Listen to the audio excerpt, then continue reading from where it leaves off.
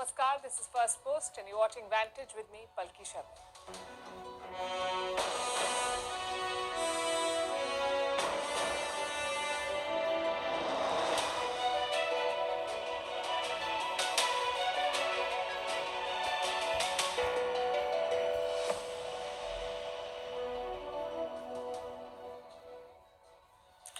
A very happy Holi to all those of you who are celebrating. What a week this has been. The Americans met the Ukrainians in Saudi Arabia. They agreed to a deal. Then they took the deal to Moscow to get Vladimir Putin on board, but Putin is keeping them guessing. He has said neither yes nor no. Instead, he has posed questions and sent the American envoy back to Donald Trump to get their ducks in a row.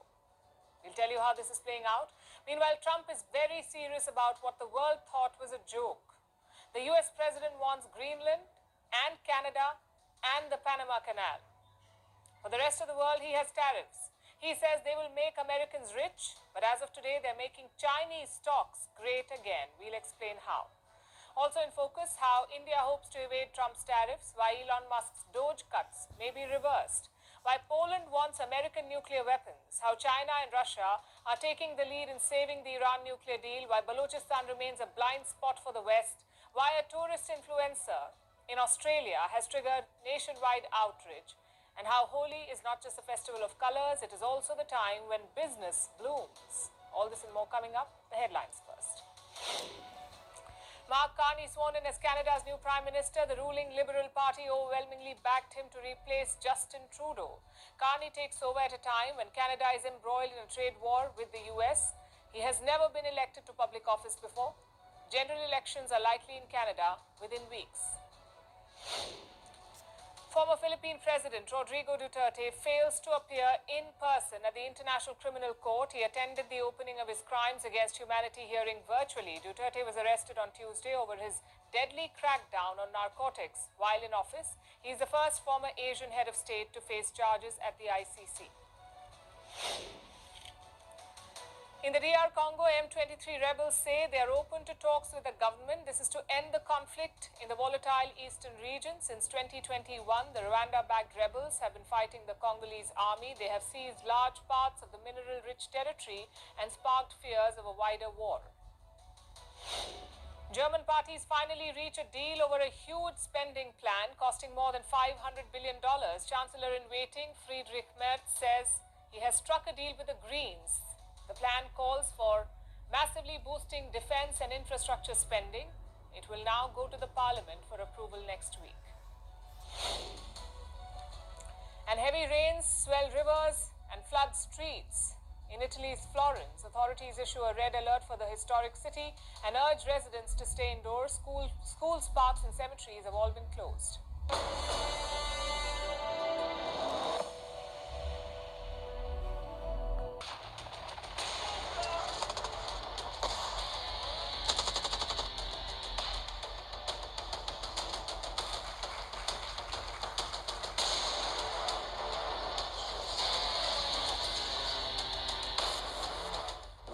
Getting good signals outside of Russia as to where we are with Russia.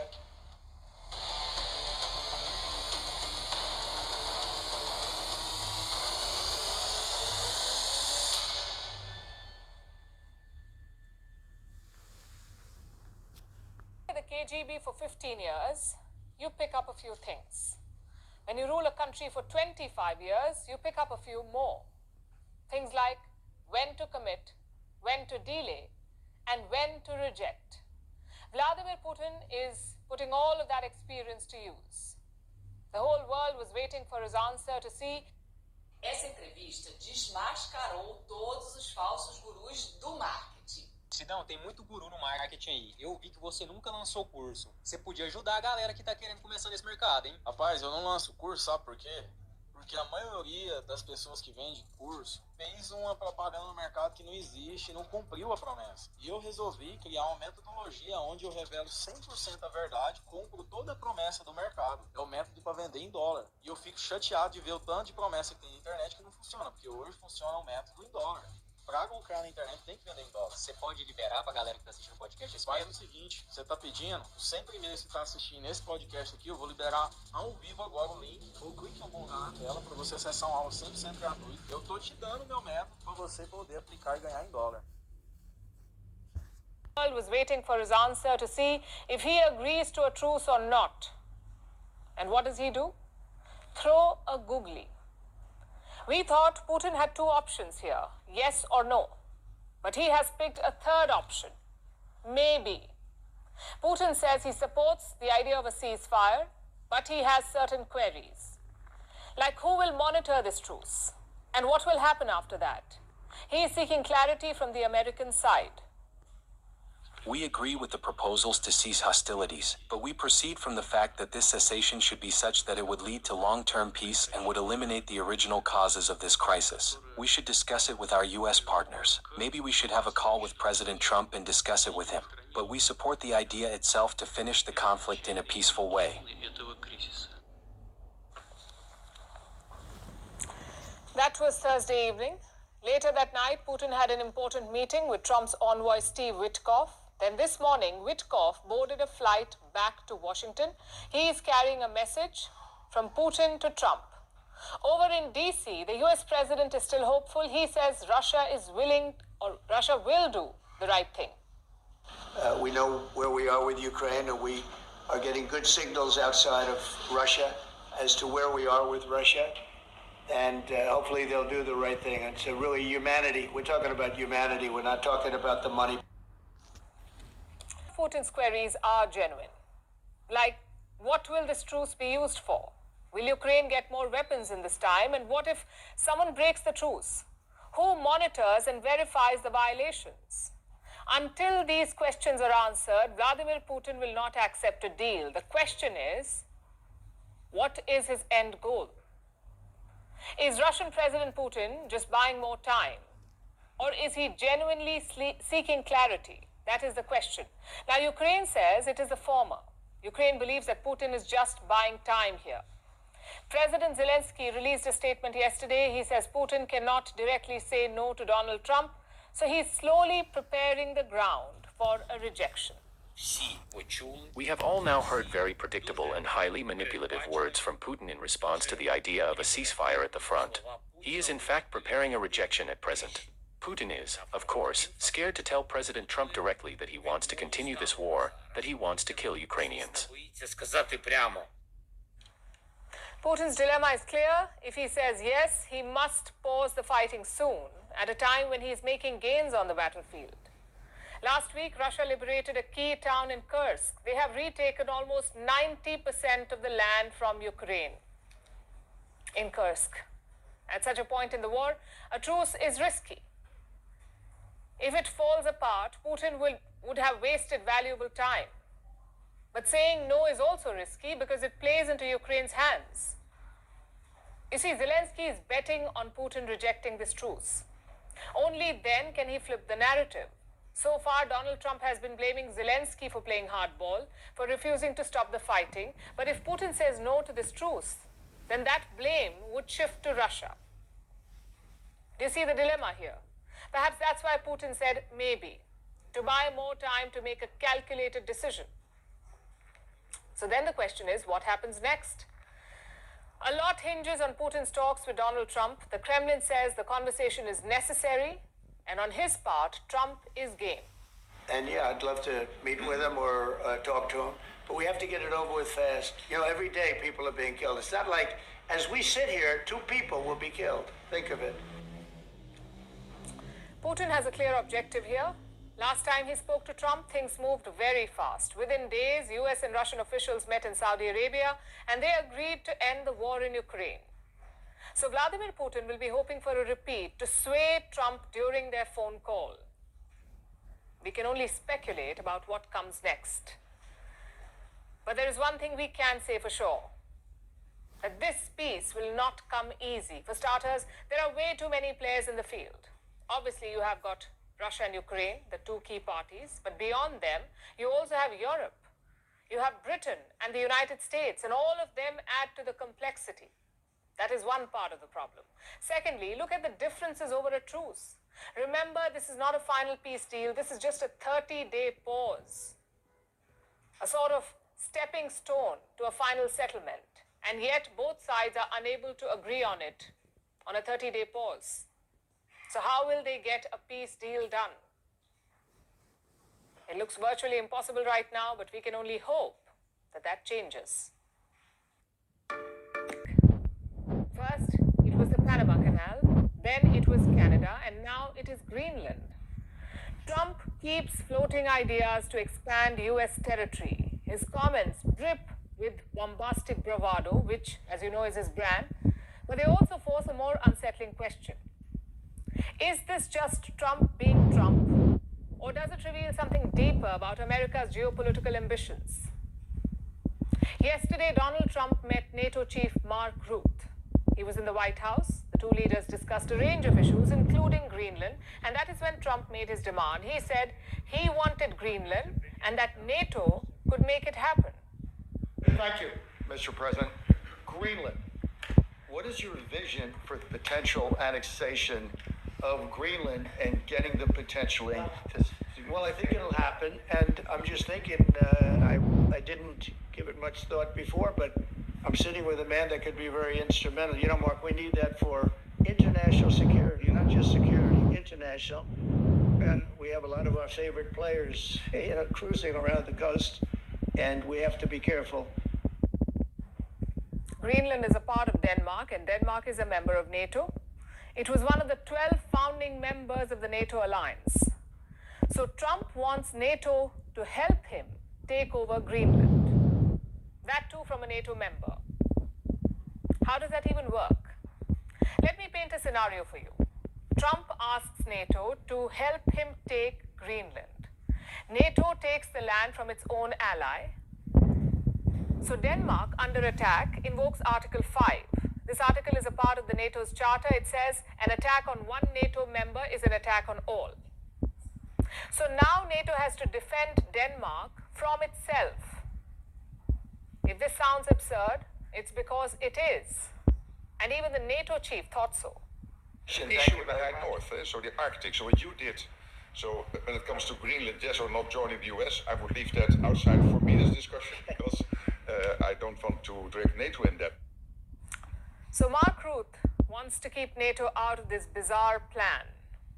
That should have been hint enough for Donald Trump, but the US president did not give up. He went on and on about Greenland and how the US needs it for national security. You know, Denmark's very far away and really has nothing to do. What happens, a boat landed there 200 years ago or something, and they say they have rights to it. I don't know if that's true. I don't think it is, actually.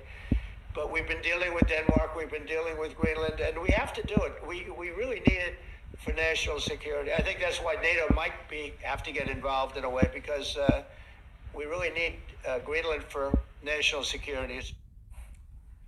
And it's not just Greenland that Trump wants. He wants another NATO founding member, and that is Canada. Trump has called Canada the 51st American state. He wants it to join the United States of America. And it's something that he's been saying repeatedly. He called former Prime Minister Trudeau the governor. He's also imposed tariffs on Canada and launched a trade war to force them to capitulate. To be honest with you, Canada only works as a state. We don't need anything they have. As a state, it would be one of the great states anyway. This would be the most incredible country visually. If you look at a map, they drew an artificial line right through it. Hi friends, did you know Can push its northern neighbor. And beyond Greenland and Canada, he's also been eyeing a water body, the Panama Canal. Trump wants full control of it.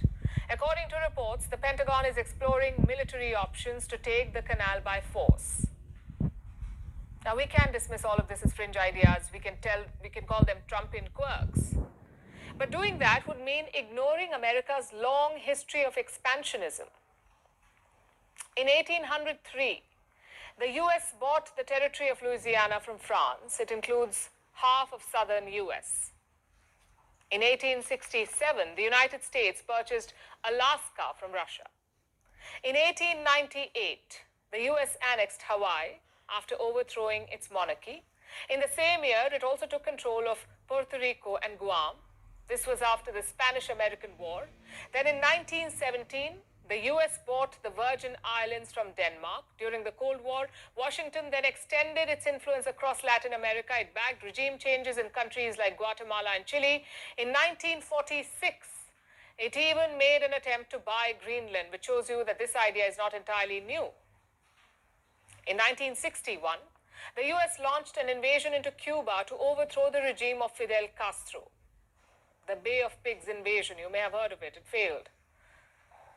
And then we have the Panama Canal, a relic of 20th century American interventionism. This canal was built and controlled by the US for decades. It was only in 1999 that they handed it to Panama, but it's still meant to serve American interests. The idea to take it back by force may seem absurd, but history shows why it is not surprising at all. American leaders have always treated this region as their playground. The governments, the leaders, the people, they're all expected to suit Washington's interests. Even Canada. In the 19th century, many American politicians entertained the idea of taking over Canada, but over time, those ambitions faded. And the two countries deepened their economic and security ties, but now Donald Trump wants to disrupt that. His rhetoric may be extreme, but his ideas are quintessentially American. He's just doing it minus the pretense of fostering democracy or upholding human rights. That's how American leaders in the past have justified their conquests. They've used everything at their disposal, money, pressure, military power, and dressed it up as a service to the world. Donald Trump is just being more brazen about it. So his desire to take over Greenland, Canada, and the Panama Canal is not just a story of one man's obsession with maps. It is a story of how America sees the world and its place in it. So Trump wants to take Greenland and Canada. He also wants to make Americans rich again. How? Well, his chosen weapons are tariffs. He claims tariffs will bring wealth back to the US. The president does love tariffs. He said it's one of his favorite words of the English dictionary, and he believes in tariffs because they'll ultimately make America rich again. They're going to raise revenue. They're going to help us pay down our debt. Most importantly, they're going to bring American jobs here back home. The tariffs are kicking in, but they're not making Americans rich. Instead, the wealth is pouring into China. That's right. Chinese stocks are reaping the gains of Trump's tariffs. Let me show you a list. Alibaba is up by almost 70% since January this year, 70%. Then we have Tencent, the maker of the WeChat app. A few years back, Tencent was a target of Chinese regulators. It faced a crackdown, but now Tencent shares are surging. Last month, Tencent co-founder Pony Ma briefly became China's richest man. His net worth crossed $56 billion. This was driven by gains in Tencent stocks. Of course, Alibaba and Tencent are among China's biggest companies, but they are not the only ones benefiting. This rally is lifting stocks across the board. Consider the Hang Seng Index. Several major Chinese companies are listed there. Since Trump's swearing in, this index has gone up by 17%. Chinese tech companies are up by 29%. Contrast this with the S&P 500. That's the index of the top 500 American companies. After Trump took over, the S&P 500 has fallen by 9%. That's a $4 trillion loss, all thanks to Donald Trump's tariffs and his repeated U-turns, which have made the US markets quite volatile. In comparison, Chinese stocks are rising. They are nearing a 3-month high. And you could say that they were well positioned to gain. You see, in the last 5 years, Chinese markets have struggled. First, the pandemic triggered a stock market crash. Then there were repeated government crackdowns. And then China's economic slowdown dealt another blow. So many companies in China were trading at a discount, as much as 30% below the 2021 prices. You could get those stocks for cheap. And this drove investors towards them. They left markets in the US and in India. And we've been telling you about what's happening in India. In recent months, several foreign investors have sold their Indian equities. They took their money to China. They bought Chinese stocks for cheap. And it's hard to put a number to this, to quantify the shift. But investors have been talking about shifting their money to China. They're bullish on Chinese equities.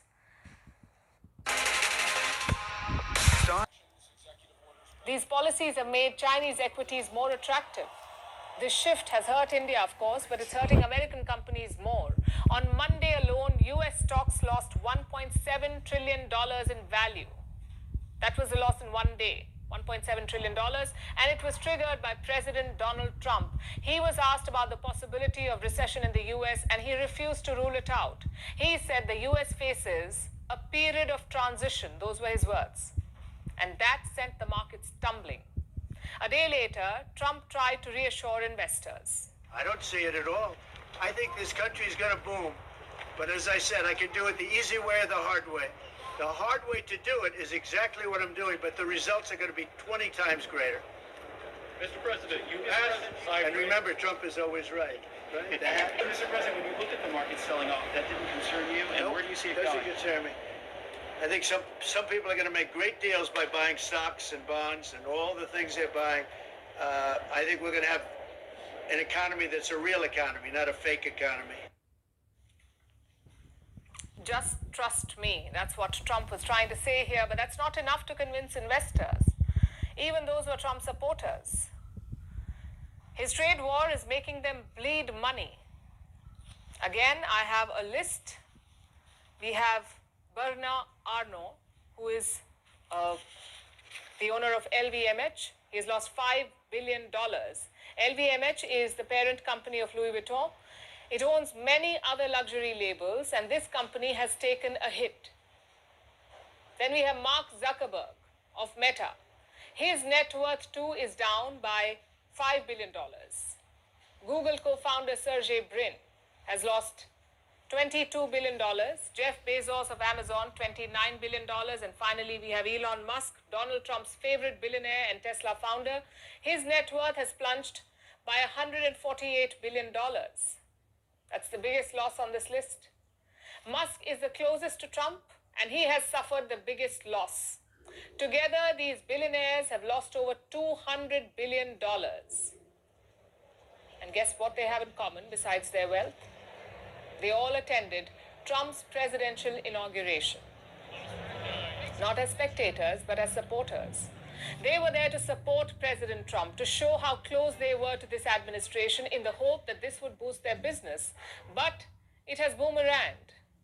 As things stand, Trump's moves are making Chinese businesses great. They're boosting Chinese businesses and bleeding the Americans. Out and tell the Jamaican government, Jamaican Prime Minister, to end their relationship with Cuba, not to do business with Cuban doctor.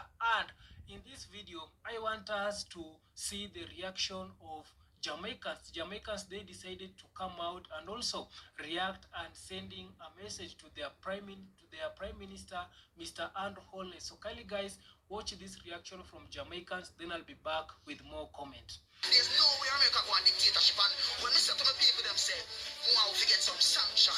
If Jamaica don't get sanction, you know, it can go take until me come run Jamaica or next powerful you come run Jamaica before we are able to can come out of this devastation we know. Because until then we in a devastation.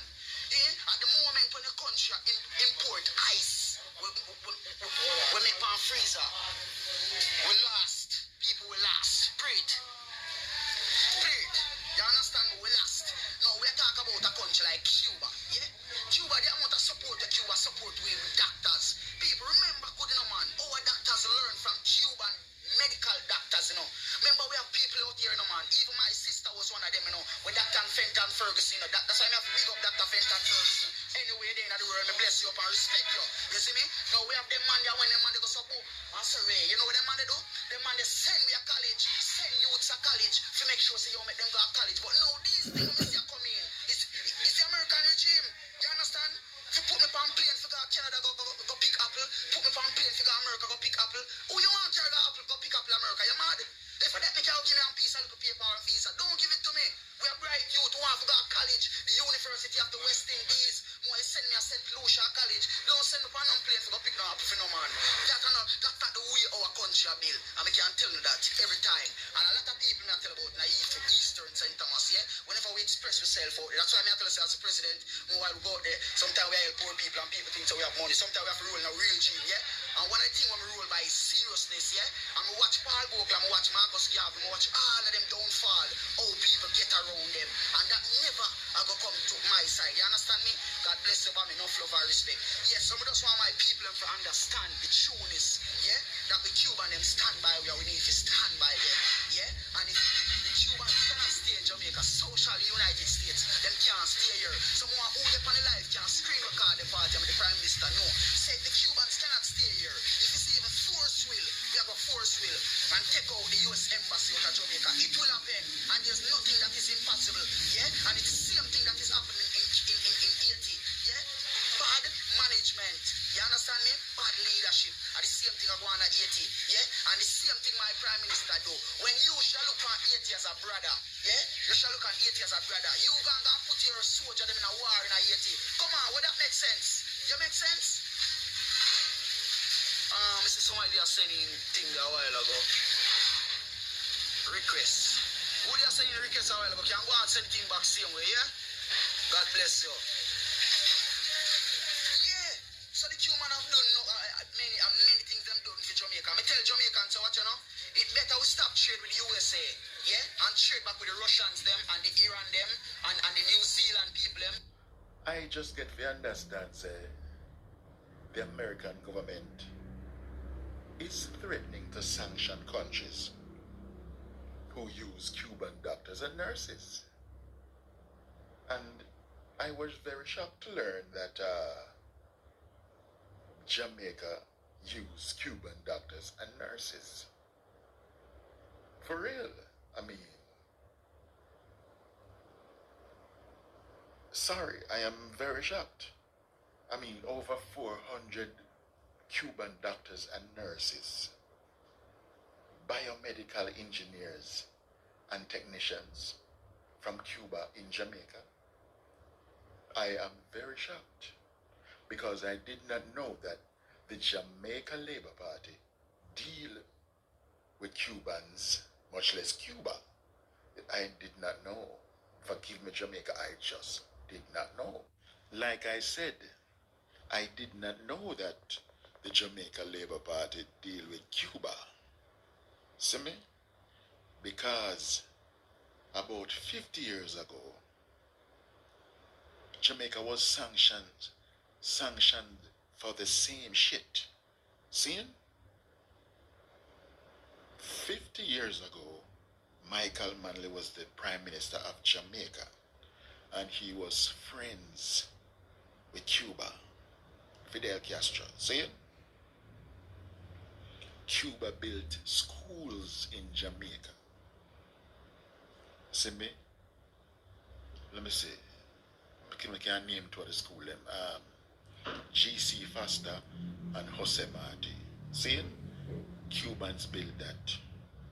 See? Michael Manley was also using Cuban doctors and nurses. See?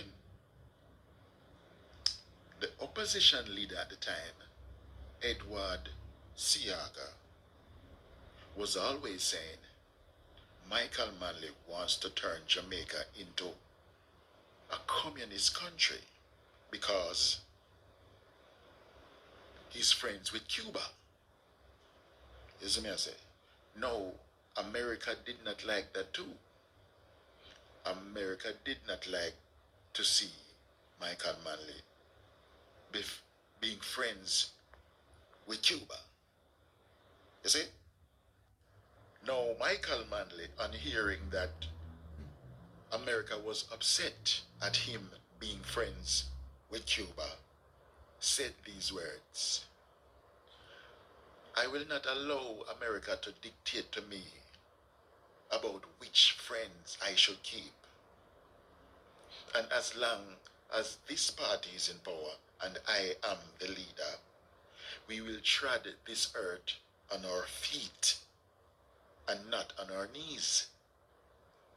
Meaning, we're not about to no guy. Bro God, said that if you're bad. Said that if you're bad. Saying anyway, Michael Manley paid a heavy price after that. For real. The Secret Service were sent to Jamaica on a wide scale to every parish in Jamaica to create what? Havoc. You see me? There were riots in the street. People got hungry because what? Food was locked off from Jamaica. So when we heard Papa Eddie say he was going to lock down Jamaica tighter than a sardine tin that not even breeze can pass through, you know say he was working with America. You see me I say? For real. There were even a few attempts on Manley's life. Yeah. So with me knowing the history, and I was there, you see why I am surprised. Seeing? But now things have come full circle again. You see me I say? And me notice a bro got quiet your fuck. Seeing? The Prime Minister of Trinidad attack and defending our people. And other Prime Ministers from other countries that defend for them people. But bro God not defend Jamaicans. I want to go on. Come on, bro God, you have to talk up and defend your people. Be like Michael Manley, youth. How we do? Well, he must be a laborer, so you can't be like him. But anyway, defend your people, bro God. I often see try for bad way up until we say what we can do. And you have to remember say when sickness take on eye them, a Cuba send them people them to come heal with. A Cuba I send the doctors and nurses them to every single country in the Caribbean to make sure that we are providing the services that we cannot afford to provide in our own countries. Cuban doctors are top tier, and the best thing about it is they are getting paid. So what kind of trafficking you not talk about? I must say traffic light you must say I refer to. Because it couldn't be Cuba. Cuba was literally this with Jamaica from day one. You not gonna say you know cut ties because certain set of persons don't even provide that medical care that we need in the Caribbean. Like how Cuba just go out of them way. Cuba not even wink. Them not even wink them eye. Desmond Mackenzie came out a few weeks ago and made the same utterance. Eh? And now you. So when you walk around with this kind of message, and now you say you're gonna even start a campaign to spread awareness to the young people. What are you going to use the country's money to do to spread and tell these young people? We are going to tell them say. And them already say UNO and them already say the PNP. And I am not for PNP. Me is not for no P. Me a straight up Jamaica movement of the people. Yeah, I'm with the Marcus Garvey movement and the other little groups. We really want to do something for Jamaicans. Now we really want to make sure say when we go in our office, no Jamaican will ever be considered a squatter. No Jamaican should be without running water. And this is not just talk. We can do it. We know exactly how to do it. And we don't have to take nothing from nobody. Because we're not licky like I'm a drunk. I know what about the money. Money there. Anybody know me will tell you. A cryptocurrency we think there. I can't stop it. No, can't stop it. True. Money. We're going to take back this country and we're going to educate our young people. You're going to see what we do with this country when we revive it. You think it's just mere talk and excuses and putting gag order upon people so that we don't know which eater on a TV country money, on a drunk. You think say we're not going to just constantly get up and just rob and rape the people as an feel alike? Huh? You think that you're just going to get up and just tear down the Jamaican people just like that? Just like that. And nothing don't come out of it, and make those bold, narcissistic utterances that pretty much are incite violence to the unlearned upon the People's National Party supporters. Because when you come out as a current administrator say, we must not allow you and your minions, when you are the next one when name Kevin Beer Dirty Desmond Mackenzie. Now come out and talk about we must not allow.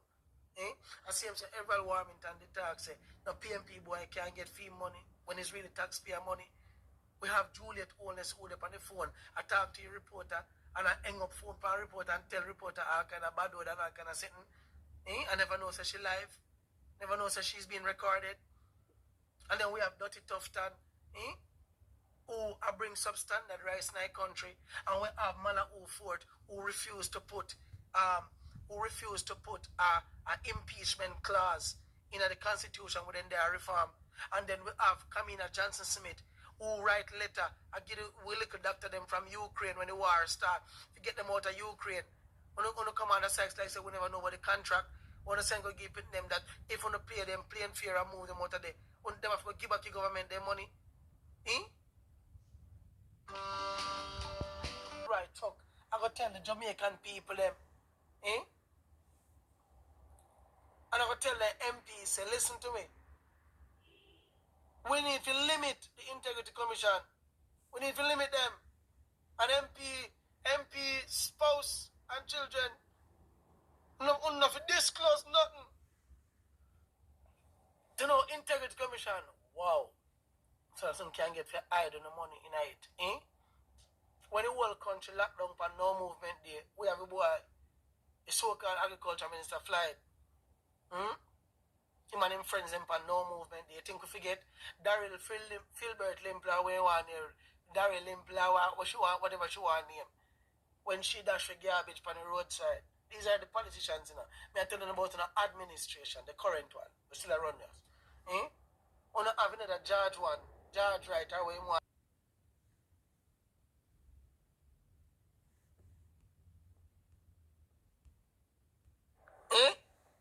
Oh no, forgive and put him back in a parliament. We not have dirty Darrell Vaz who tell me say no I'll not in our country. So I'm not telling them say about a 5% goal what them a take while C3 will tell take the rest of it out of the country. Yeah, man, the administration this. And the Prime Minister and the whole administration agree to take 1.5 million US dollars to come promote Batumanism in the country. Uncomfortable. These are the people that are leading. These are the people that are leading. Promising no water. Promising no a fixed election date as in coming up on the first 100 days. That's from 2016. We're in 2025 and still nobody knows the date for election. Nobody don't know it. And we were going to have fixed election date, which means that once it's set, it's set. Just like America. Just like with America. The election of a call, constitutionally due X time. Not enough to wait for Donald Trump or wait for nobody. It due and it got call. And we have independent groups who are putting everything in place for the election because it's constitutionally due. Yeah? We also need separation of powers so they don't have to touch the money. Period. This is the government we don't like. We can't come and tell them say 2,000 like I can go buy a pro box. And a little nasty dirty one who need to be we don't need to go back for him, Nigel Clark. We don't need to come back into the country because of him, of course, they go in the parliament and I tell them say, yo, we don't need to come back in the enough charges him need to answer final. Enough treasonous things he has done enough treasonous things he has done.